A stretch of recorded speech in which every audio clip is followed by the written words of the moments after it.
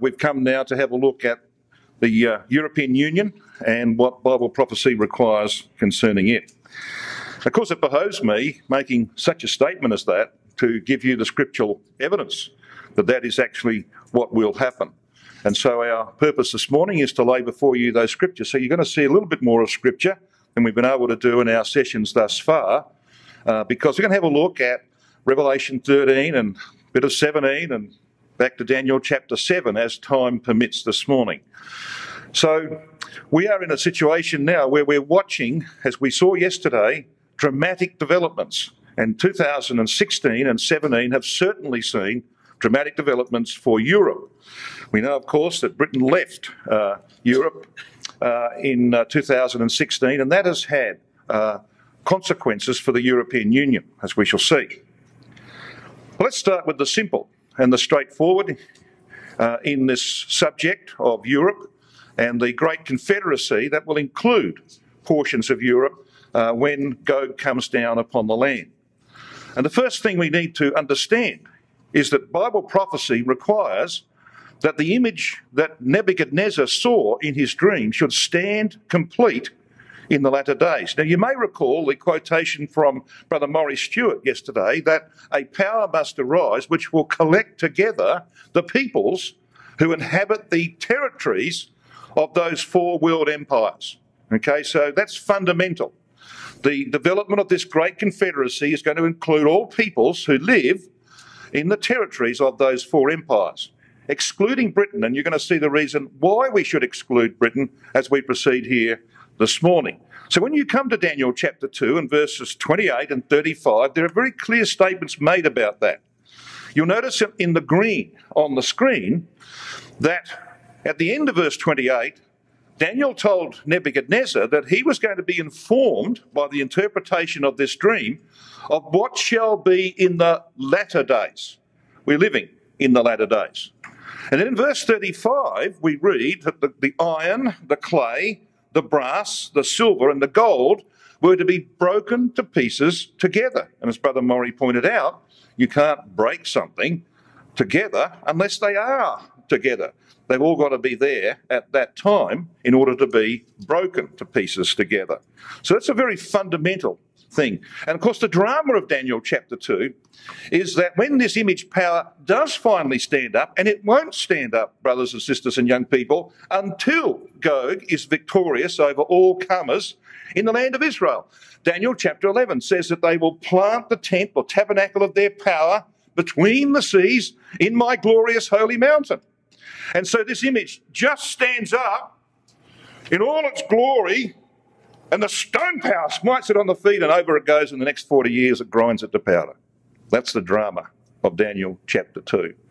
We're watching the collection of the nations who belong to that image, but they're not going to stand up together until they're in the land of Israel, because Israel was one of the important parts of all four empires, wasn't it? And until they get it, it's not complete. So there is what Daniel 2 is teaching us about the future, which is not very far away. Now, this is brought out, of course, by Brother Thomas when he wrote what we now call the exposition of Daniel. He said this about Nebuchadnezzar's image yet to stand. This scene, he says, has never been exhibited before the eyes of the world, because the constituents of the Colossus have never yet been put together so as to form the image of the scene. So it's still yet to come. We're expecting, of course, that to soon come, because what we're watching is these developments. Now, we know, of course, that Nebuchadnezzar's image, because it must stand the latter days, will have one way of thinking. It's going to have a Babylonian head. It's a papal way of thinking. Okay, so that's obvious from that head. And then we have to have a Western leg with political clout. So the papacy in the West has to have restored to him some real political clout in Europe. We're going to talk about that this morning. And then, of course, as we pointed out yesterday, we're going to have Gog in control of Constantinople, and that will be the eastern leg.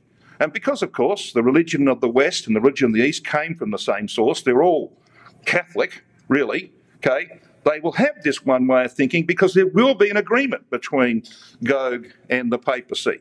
So that's what we're expecting, brothers and sisters, and we're watching it develop right now. But what about Britain's part? in all of this. Of course, Britain was a member of the Roman Empire from the times of Julius Caesar. So he conquered, I believe, Britain, and of course, for hundreds of years, Britain was under the control of the Roman Empire. So what happened when Britain ceased to become part of the Roman Empire? Well, this is what happened. In 420 AD, the Roman Empire was finally resolved into two legs. It had gone through many iterations in its history. There were times when it was 2, and times when it was 3, and times of Diocletian it was 4. They had 4 emperors, and so on. It was not until 420 AD that we finally got 2 legs. When that happened, Britain was no longer part of the Roman Empire. Okay, so what we have here, of course, in these legs and the feet that are being formed, as Brother Thomas points out, they have not yet been formed. They are being formed because what is required is a fusion of iron, and the only remnant of the Roman Empire that we've had in recent times is its religion, Catholicism. It's a fusion of iron with clay that represents, of course, the democratic peoples of Europe. So when you read Daniel 2, which we're not going to go into now, when you read Daniel 2, verses 41 to 43, this is what becomes clear, brothers and sisters and young people. It is the iron that takes the initiative to infuse itself with the clay. It's not the other way around. Historically, it was the clay of the barbarian powers that came in and infused themselves into the iron of the empire. But this is clear from chapter 2, verses 41 and 43. It's the iron of Catholicism that takes the initiative, which is why this current Pope is ideal for the job.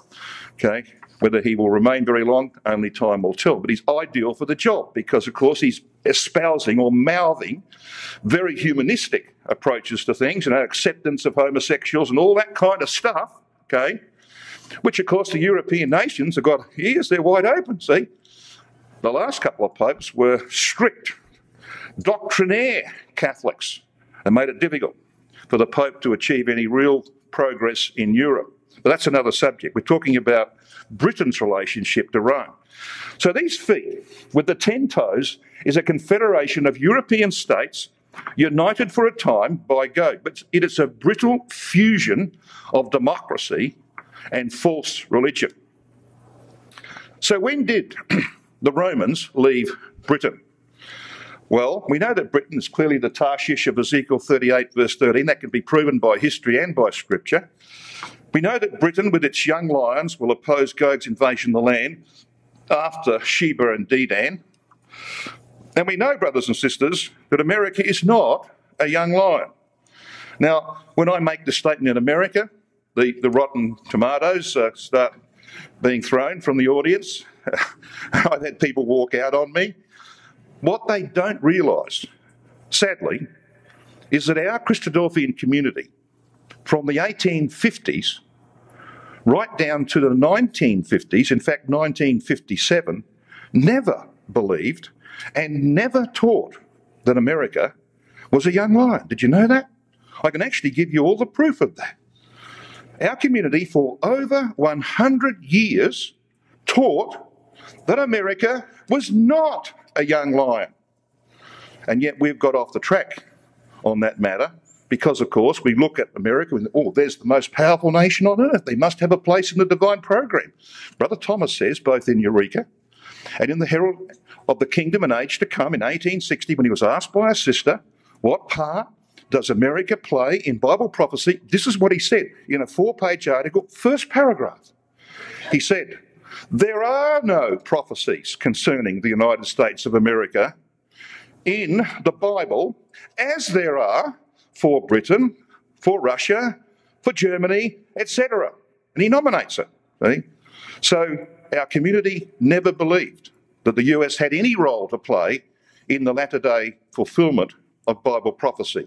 And history will repeat itself, just like America didn't go into the First World War until very late in the piece, just like in the Second World War, when they stayed out and would have stayed out if the Japanese hadn't bombed Pearl Harbor on the 7th of December 1941. They would have stayed out of the Second World War. Okay? They were not interested. They were internalised. They had the spirit of a man called Donald Trump. You know what his spirit is? America first, and the rest of you can jump in the lake. Okay? That was their attitude. We don't care about it. We don't want to get involved in European wars. And they stayed out until, of course, they got punched in the nose. And then it was different.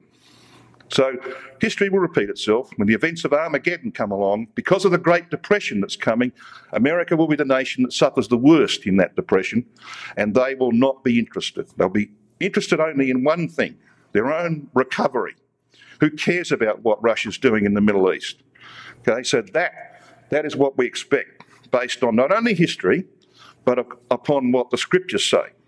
Because they're silent about the US in Bible prophecy. They're not silent about Canada, okay? And they're not silent about Australia, because we are definitely young lions. So what's a lion represent in Scripture? Well, we're told this. The very first time you read about a lion in the Word of God is in Genesis 49, verses 9 and 10, which some of you probably can't see. It's on the bottom corner of that slide. In Genesis 49, we read that Judah is a lion's whelp, and the sceptre shall not depart from Judah. This is where we get the lion of the tribe of Judah of Revelation chapter 5 and verse 5 from, isn't it? He's the lion of the tribe. What's that about? It's about Christ's government, isn't it? A lion represents government. And if you don't have a British form of government, then you're not a young lion. And America doesn't have a British form of government. Okay? So when you come to this First World War poster, you see helped by the young lions, the old lion defies his foes, Australia, Canada, India, and New Zealand. And Brother Wayne pointed out to me that he had seen the picture that I have seen, which I should have put up on the screen, of the Punch magazine in 1923. And there was the old lion sitting at the table with all of the young lions around it. And there was Australia and Canada and New Zealand and India and South Africa they had in the picture, and they also had Newfoundland, okay, which was part of the British Empire, I think, at one point. So I don't think the people at Newfoundland would have realised that, but they were a young lion. But it didn't have the United States of America. So even the world recognised that America wasn't a young lion. By the way, if you want the evidence, I can give you a heap of it, a mountain of it, which you can consider in your own time. So, who are the young lions? Well, you saw them on the screen, didn't you? I want to come then to the fact that Britain, that was withdrawn from the Roman Empire, because the Romans came out in 410 AD, okay, that's when they left Britain. We didn't get our two legs until 420 AD. So when we got the two legs, Britain was no longer part of the Roman Empire. It has no part to play in Europe. So I want to just very quickly review what happened and what is happening in relation to Britain and Europe. Of course, there's that wonderful date, 23rd of June 2016, which we spoke of yesterday, when the British people voted against the odds by divine intervention to leave the European Union. Another important date occurred this year. It was the 29th of March 2017 when Theresa May, on behalf of the British government, signed Article 50 of the European Union's Constitution. By that, of course, the British made it very clear that they were leaving Europe. And there's no turning back from that. Once you sign that, you have 2 years to get out. I've got a big job in front of them, because Britain, of course, is governed by at least 36,000 pieces of legislation from the European Parliament passed from the time that they joined in 1973. Now, what are you going to do with 36,000 pieces of legislation, much of which you don't like? This is the reason they came out.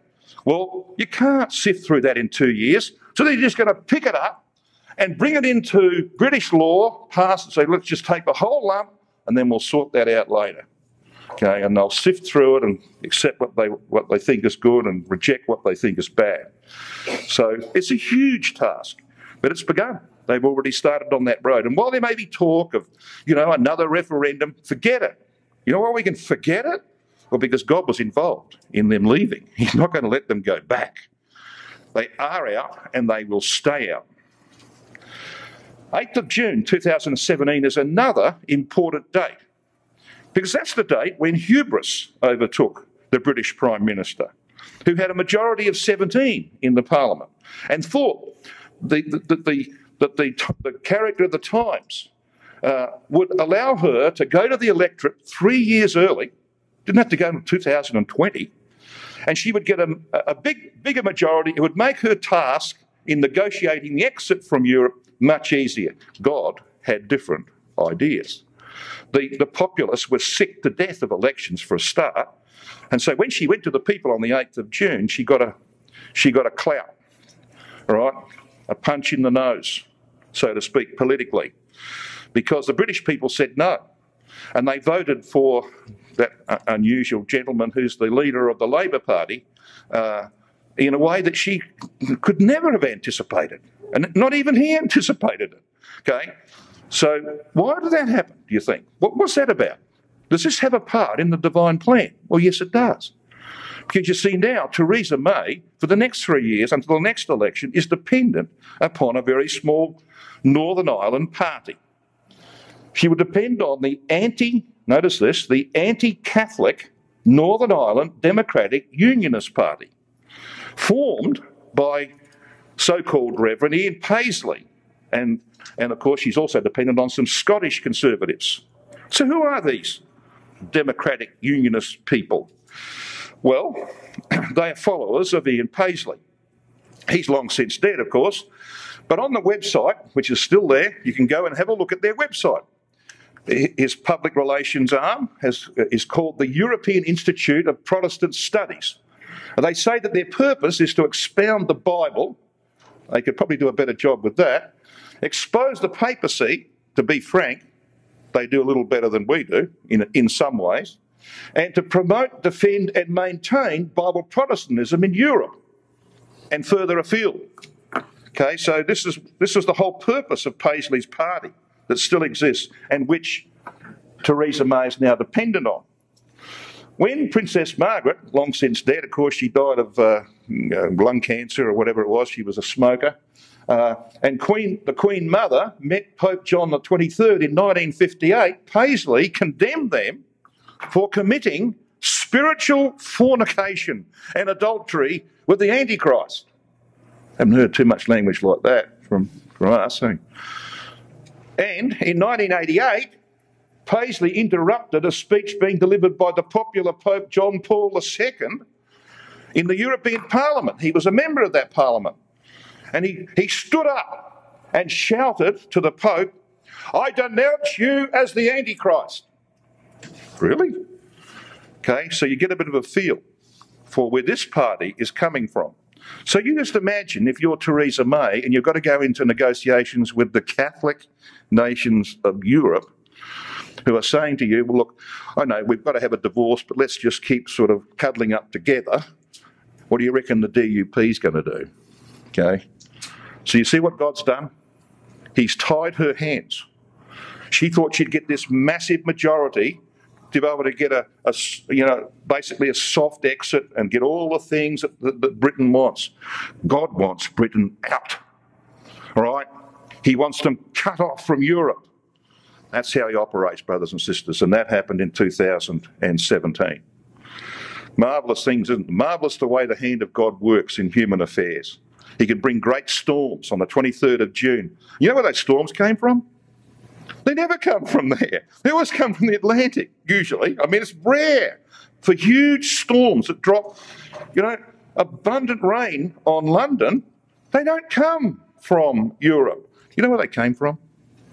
Brussels. Brussels is the headquarters of the European Union. That's the way the angels work. Okay, so we've been watching the divine hand in human affairs. Now, I'm not going to read all of that. All I want here is that Britain has now agreed to pay $78 billion for the divorce payment from the European Union. So that's, it's a heavy price, isn't it? But they have to pay it, and they will pay it, and they'll get out, and they'll be out at the return of Christ. They'll be the Tarshish of Ezekiel 38 and verse 13. So what about the European Union? Well, I picked this particular article from the Globe and Mail, which is a Toronto paper, in, as you can see, March 2016. And I found this very interesting because even back that far, nearly 2 years ago, this is what was happening to the European Union. Now, you've had time to look at this. You see this here. This is a knitting thread that's unravelling. So this is some lady's knitting of the European Union as it is or was in March 2016, and someone's pulled a knitting needle out. And it's unravelling, okay? You know what happens if you do knitting, you know what happens. If you pull the knitting needle out, it starts to unravel. And it's unravelling because of financial stress, a bit more about that in a minute, internecine strife, bankrupt member states, and most of these southern states here, including Ireland, are bankrupt or pretty close to it. They've had to be bailed out, many of them, mainly by Germany, that's now in serious financial trouble because of that, okay, by the inclusion of the refugees from the Middle East. Did you hear that anti-Semitism is on the sharp rise in Germany? Why would that be? Well, they've just taken in 1 million Syrians who don't like Israel. Of course you're going to have a rise in anti-Semitism. And they will join with the neo-Nazis that are making progress in Germany and got, their right-wing party got far more votes than Merkel thought they could possibly get, okay? And that's why she can't form a government right now. So there's a whole heap of issues going on in Europe, and Germany is in deep trouble. They opened their borders, and now they've got to pay the price for that.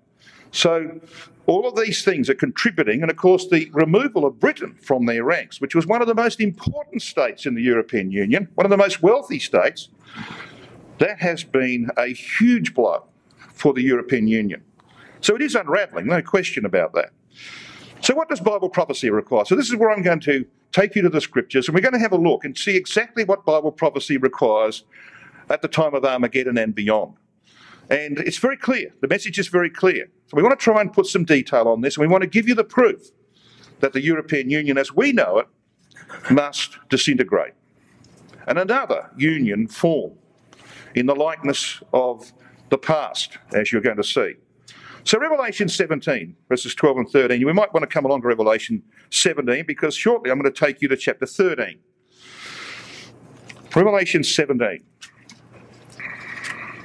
Now we know that this chapter contains, of course, the imagery of the great whore, and we can prove that that's the Roman Catholic system because we know from the last verse that this was the system that came from Rome, the place that ruled the world, the city that ruled the world. It tells you where it's from.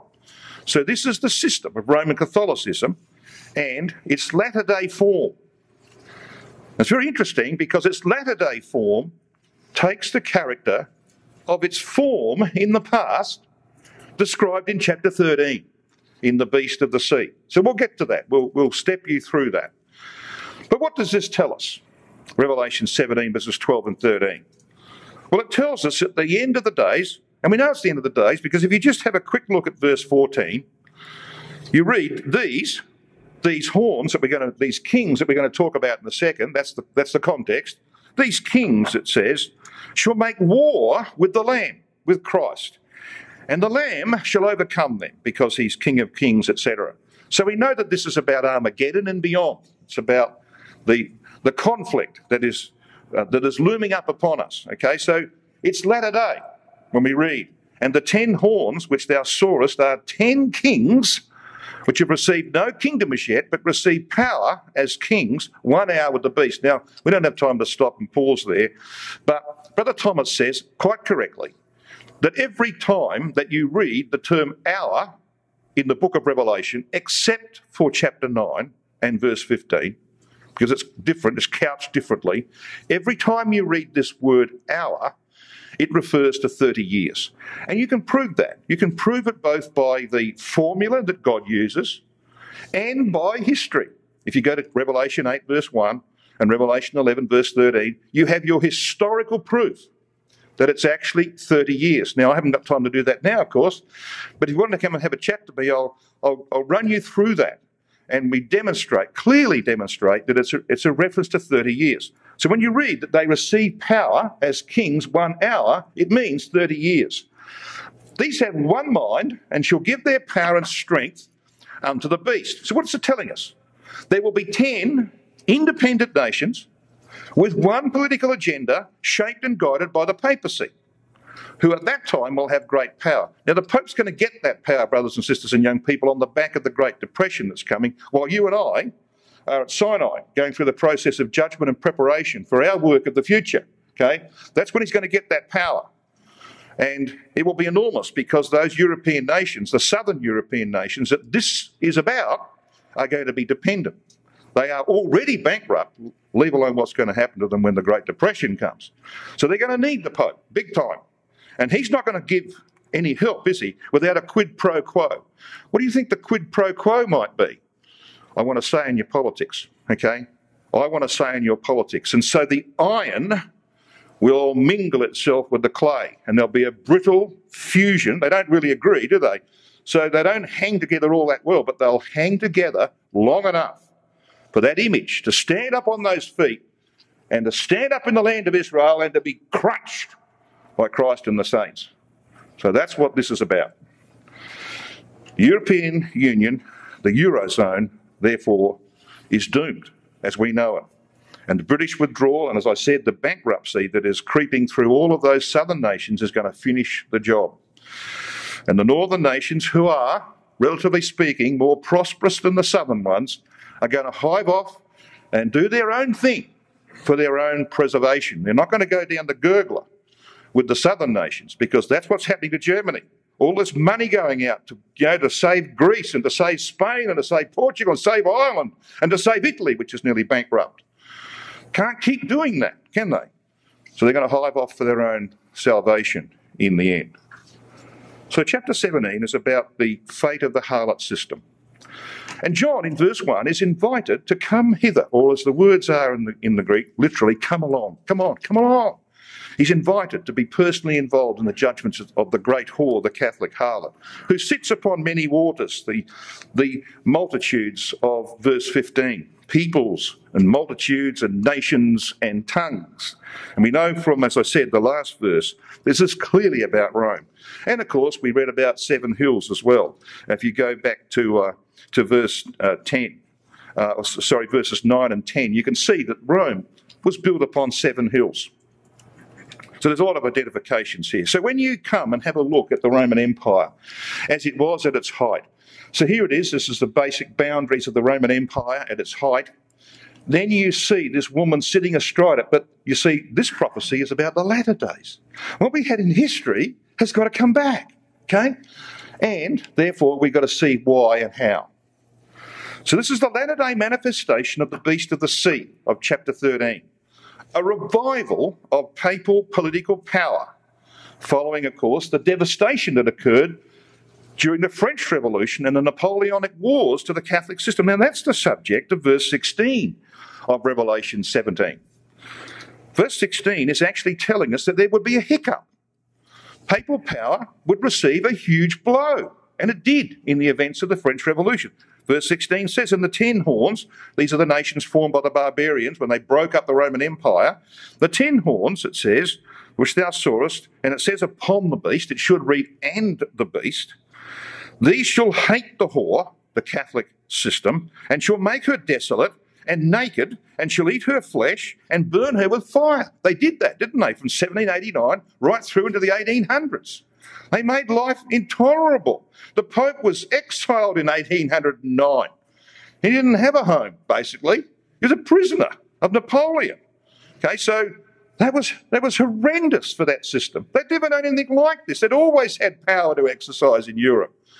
But the next verse tells you what was going to happen. Verse 17, "For God hath put in their hearts to fulfill his will, and to agree, and to give their kingdom unto the beast, until the words of God should be fulfilled. So that's why it's been a couple of 100 years.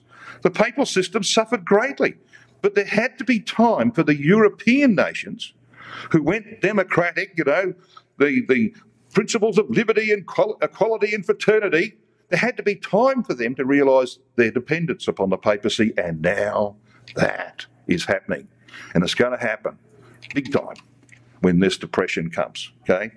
So that's why there's been such a long, what we would call delay, because God has to put it in their hearts to give their power unto the beast. What beast? The beast of the sea. See it down there in the picture? The beast of the sea of chapter 13, verses 1 to 10. Okay? Because this is a revival of that system. So the beast of the sea in history had its centre of power here, called the sea, of course, because it's the Mediterranean Sea. The beast of the earth that followed it had the centre of its power in Central Europe, where Charlemagne's empire was. Okay, so there were two phases in history. I want to just take you very quickly through the first one, because it's very important in relation to this subject of the disintegration of the European Union and the formation of what existed in history. Some of you will, of course, have not only seen that chart, but made a study of it. It's not a bad idea to actually get hold of that chart, which has been around for a long time, Christophian teaching since 1848, okay, about Nebuchadnezzar's image on the left-hand side, and you'll see the Nebuchadnezzar's image makes a reappearance over here on the right-hand side, right at the end of the days. But you'll also notice that this is the subject of Revelation chapter 17, this woman sitting astride a scarlet-coloured beast. So you see, what we're being told here is there has to be this restoration of what happened in history. Now, I want you just to focus, if you can, on this section of the chart. Now, you'd need binoculars from the back of the hall, so I'm going to actually enlarge it for you. Okay, so we can see a bit more of the detail. And what we have here, of course, is the detail of what we see on the bottom of this chart. So we've got this series of chapters. Revelation 12 is about the Roman world as a pagan system. Then there's a change, isn't there, when Constantine comes to power in 312 AD and turns the Roman world into Christian. By 324, he's in control of the whole empire and moves the capital from Rome to Constantinople. What we have then in chapter 13, in verses 1 to 10, is this creature, the beast of the sea. It's about Rome in development between 493 AD and 800 AD, showing the eclipse of the imperial system, its rejuvenation in the Justinian epoch, 529 through 554, giving papal privileges. Okay? But that's followed, because you see this date 800 AD here? That's followed by the beast of the earth. In 800 AD, on Christmas Day, Charlemagne was crowned as emperor of the Holy Roman Empire by Pope Leo III in the Vatican. Where else? Okay.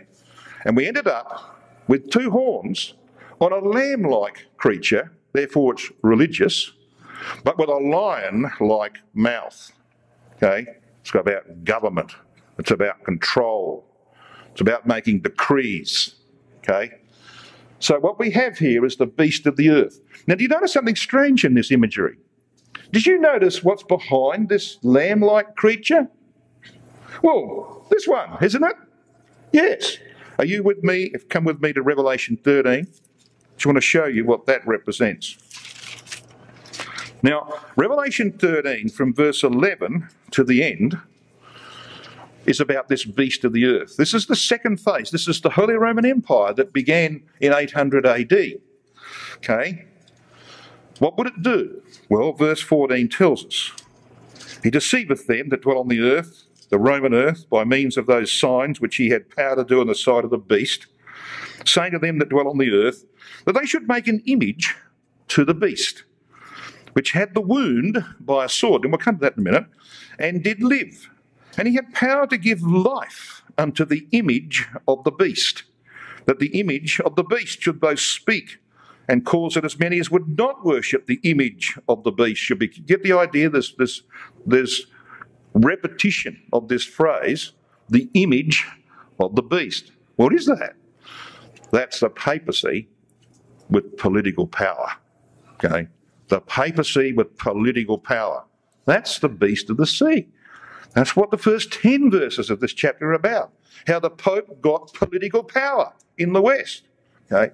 But then when, of course, this next phase came along, the power shifted to Central Europe under Charlemagne and his successors. And it was that emperor that gave the power to the Pope to rule in the West, to rule in the area that we would call Europe today. Okay, and by 1200 AD, the Pope was the most powerful person on earth, even though there were emperors. He had one emperor crawl up to him into Rome in the winter, like your winter here, and he left him out in the cold for 4 days, just to teach him, I am the one with power. All right, so this empire, this Holy Roman Empire, gave absolute power to the papacy, to the image of the beast. This one here. See, that's why it's behind that lamb-like creature. Got a picture?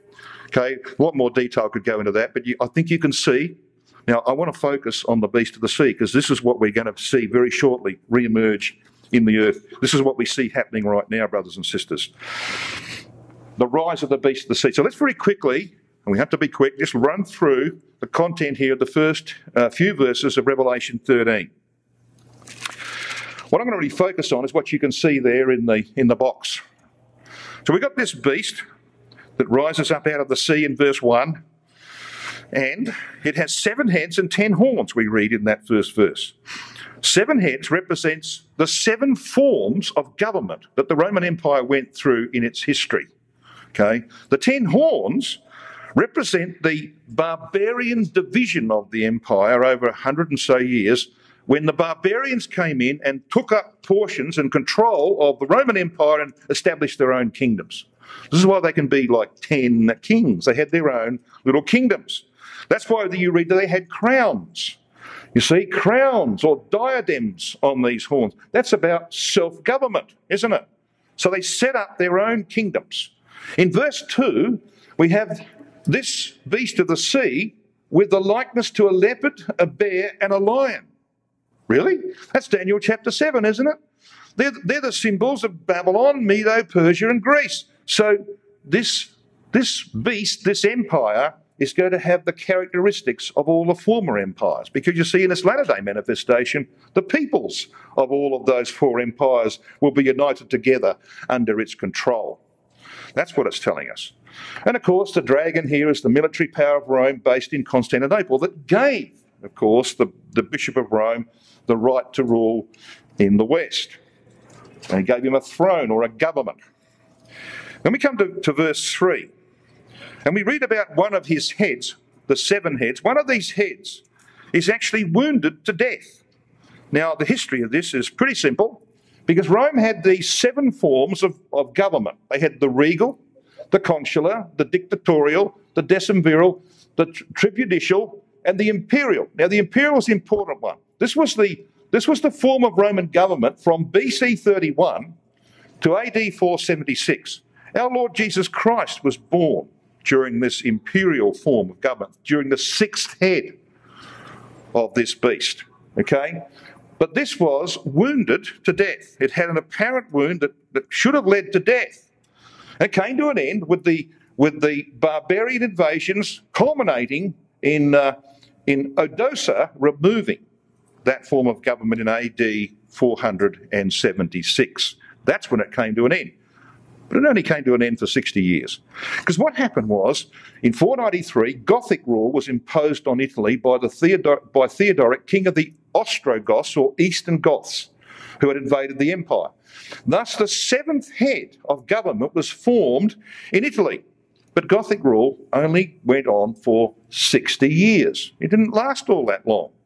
So what happened then? Well, this 6th head, this imperial form of Roman government, yes, it had been struck down, but it was to revive.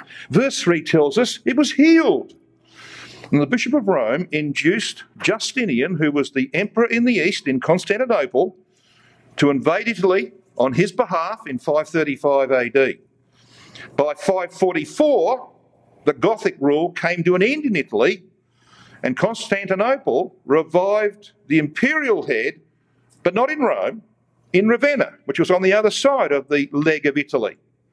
Rome became a city of the second rank, but what was back was very important to the Bishop of Rome, because what was back was the imperial form of government. And in time, through the decrees of the emperors in the East, he was to become the ruler of the West. He was to rule the nations of Europe. Okay? That's what this is about. And papal rule was to go on for 1260 years from the time of Justinian. And we know that 1260 years is involved because we've got 42 months, and a Jewish month has 30 days. So 42 months is 1260, or 3.5 years. Okay? 1260 years, dated from the decree of Justinian in support of the papacy. Those decrees, the Justinian decretals, were from 529 to 533. You add 1260 to those dates, and you come to 1789, the beginning of the French Revolution, to 1793, to the height of the French Revolution, when Catholicism and the influence of the Pope had been destroyed, not only in France, but in other countries around it as well. Okay? So that is where papal rule came to a sudden end in the events of the French Revolution. And by the way, brothers and sisters and young people, there has not ever been one acquisition of papal power in history that has not terminated exactly 1260 years later. Not one. And the last great acquisition of papal power was 800 AD, and it will also terminate in the year 2060. 2060. That's when that empire will come to an end. It's 42 years away. And a lot of things got to happen in that 42 years, okay, including our judgment, our preparation, Armageddon, and a whole lot of other stuff, okay? And we're not very far away. Now, just to give you a bit of a feel, and I'm watching the time here, this chart will help, I think, in just summarising what we've just said. But get your bearings straight first. When I say the return of Christ over on the left-hand side of this chart, I'm not meaning the return of Christ to collect you and me, to raise the dead and to take us to judge. We're not talking about that. That comes well before, I think 10 years before. Time will tell. It comes well before. What we're talking about here is when the earth knows, when the world knows that Christ is in the earth. And that will be, of course, in the events of Armageddon, when he and the saints arrive at the Mount of Olives. Okay? So that's what we mean here by the return of Christ. That's why Armageddon is there, you see. This red line that you're looking at here, this is, as we say, the pattern of Roman Catholic resistance to Christ for 40 years after Armageddon. So, of course, the events of Armageddon will be a heavy blow to Catholicism. They will lose their suitor in the East, just like the Pope lost his in the early 700 ADs or late 600 ADs, when the Eastern Emperor said, we're going to get rid of our idols. And he said, really? I'm not getting rid of mine. They said, well, you can row your own canoe. So they left him to his own devices, and the Lombards made life very difficult. And in the end, he had to call upon Pepin to save him. And Pepin's son just happened to be Charlemagne. Okay? Another big subject, but you can see how all this worked. Well, same pattern all over again. Lost the suitor in the East, in Constantinople, heavy blow, but that's not going to stop them. Because Psalm 2 tells us, why do the nations rage? Why do they collect themselves together? Why are they in so much tumult? They have set themselves, says God, have set themselves against me. For I have, this is verse 6 of Psalm 2, for I have set, past tense, I have set my king upon my holy hill of Zion. Holy hill of Zion? Yeah, post-Armageddon. This is the time when Zion's exalted, see? This is when they're in rebellion. This is when they, of course, invoke their doctrine of the Antichrist, in which the minds of far too many folk in our world today are infused with the doctrine of the Antichrist, that there will come this individual who sets himself up as king in Jerusalem, claims to be the king of the Jews, and folk will be deceived by that. So nations will join the papacy. So what's Christ going to do about that? Well, Revelation 14 verse 8 tells us the 10 years after Armageddon. You say, well, that doesn't tell me that. but the chapter does, okay? And we can demonstrate that. It tells you that 10 years after Armageddon, Rome as a city, as the centre of papal operations, even though it suffered in the great earthquake, will remain the centre of papal operations, okay? It ceases to be that 10 years after Armageddon. It goes down the gurgler forever. What's the Pope going to do then? Well, that Pope will be dead, of course, unless he's somewhere else, okay? What's he going to do then? Resort to Central Europe, to Magog. So that's why Ezekiel 39, verse 6 says, I will send a fire upon Magog. That's post-Armageddon, subject to the previous chapter, okay? Because this will become the centre of papal rule in Europe. So what are we doing here? Well, we're going through the same phases as history, because the papacy will be destroyed in 2060 along with the empire that supports it. But that's not the end of all Catholics. You're pretty close to Revelation 19. Just switch over to Revelation 19 for me.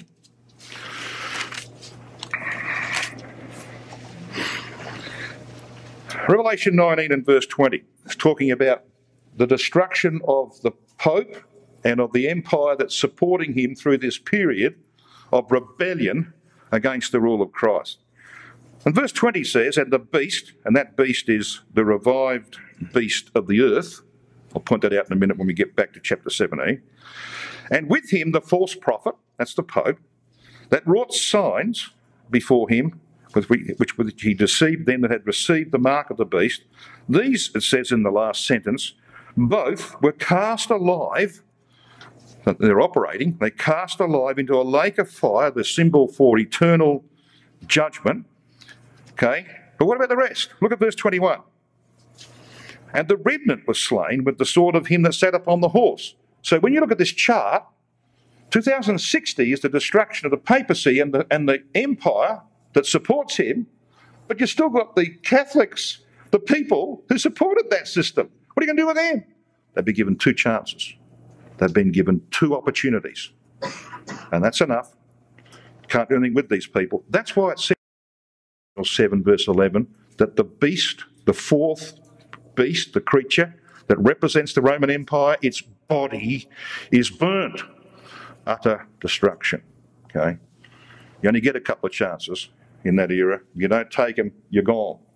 Okay, that's what we're being told in verse 21. There's a remnant. Now, it does appear as though Christ might not come in 2017.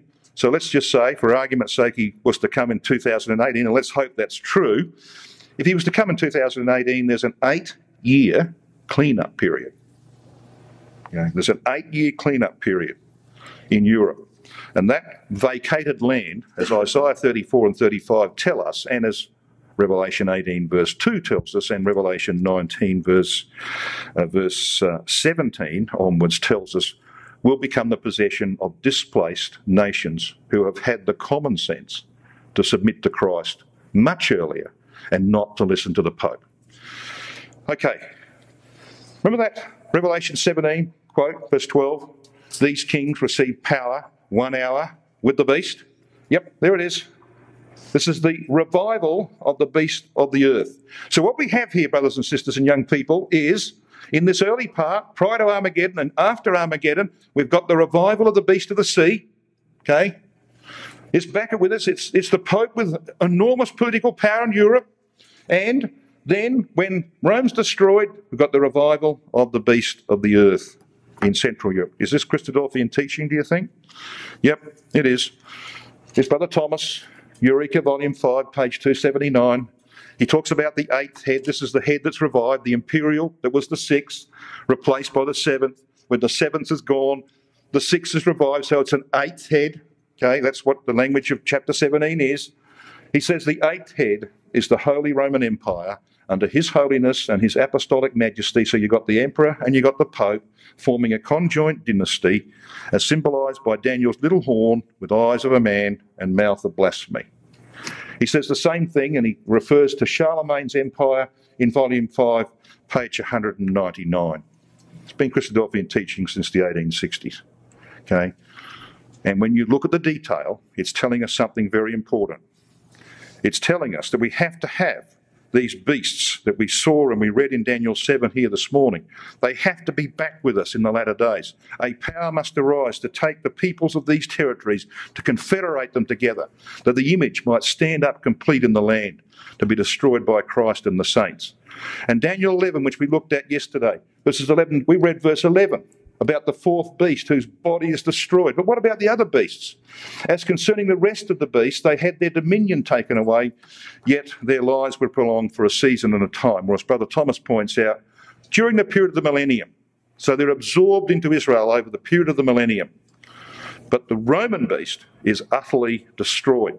So the peoples that inhabit, the eastern area, what we called Persia yesterday, remember? Right across to Pakistan.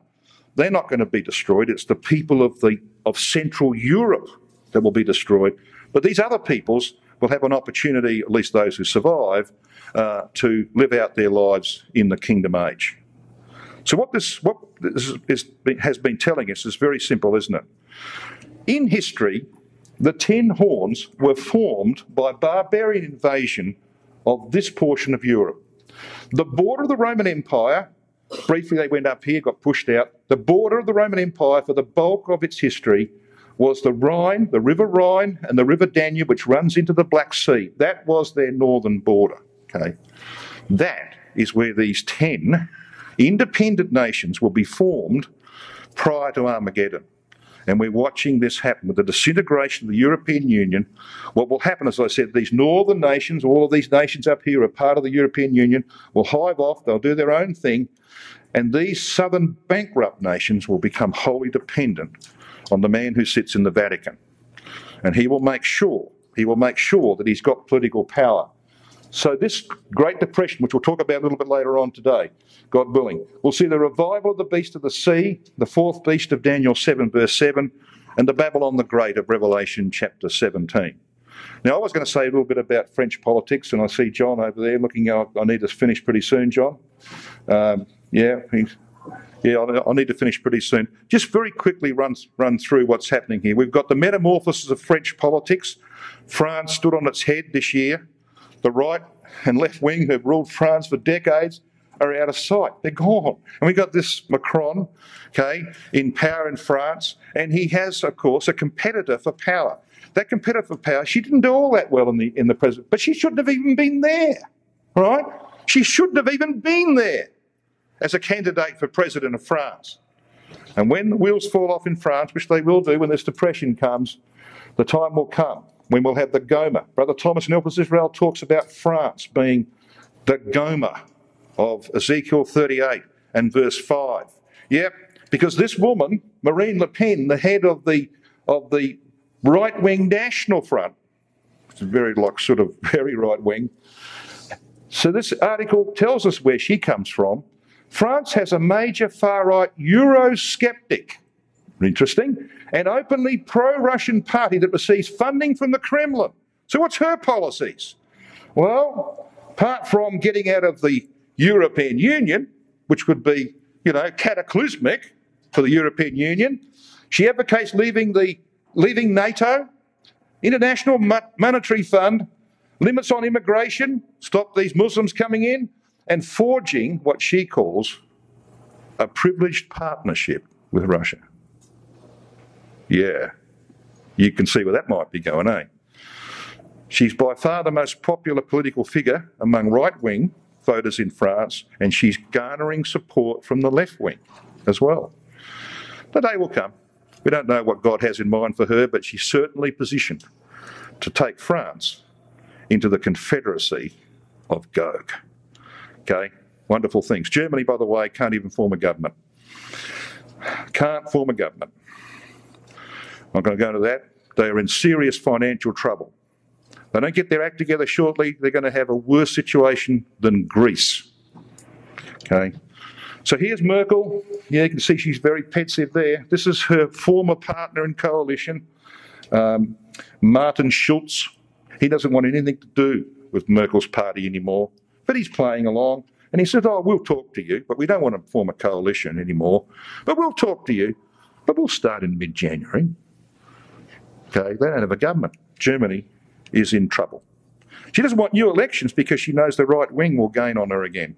Okay? So she wants to avoid that. And this grand coalition that she's looking for probably won't come to pass. I'll cobble something together eventually, of course, but it's not going to be enough to save Germany from crushing financial ruin. That's what's going to happen. So they're going to be out of the picture. They brought their gold home. Did you know that? They brought their gold home from America. They thought the Americans might steal it, for one, when the Depression comes. And secondly, they're preparing for a disaster. They know it's coming. And the world knows it's coming. These warnings given. Investors are on the Titanic, said Dr. Doom. Jim Rogers, he's got squillions. He formed the Quantum Fund with George Soros. You've heard about George Soros, haven't you? Okay? A 68 trillion biblical collapse. I love their language. Biblical collapse will wipe out millions of Americans. Okay? It's coming, brothers and sisters, and the debts of America are well known. The US owes the rest of the world $20.5 trillion.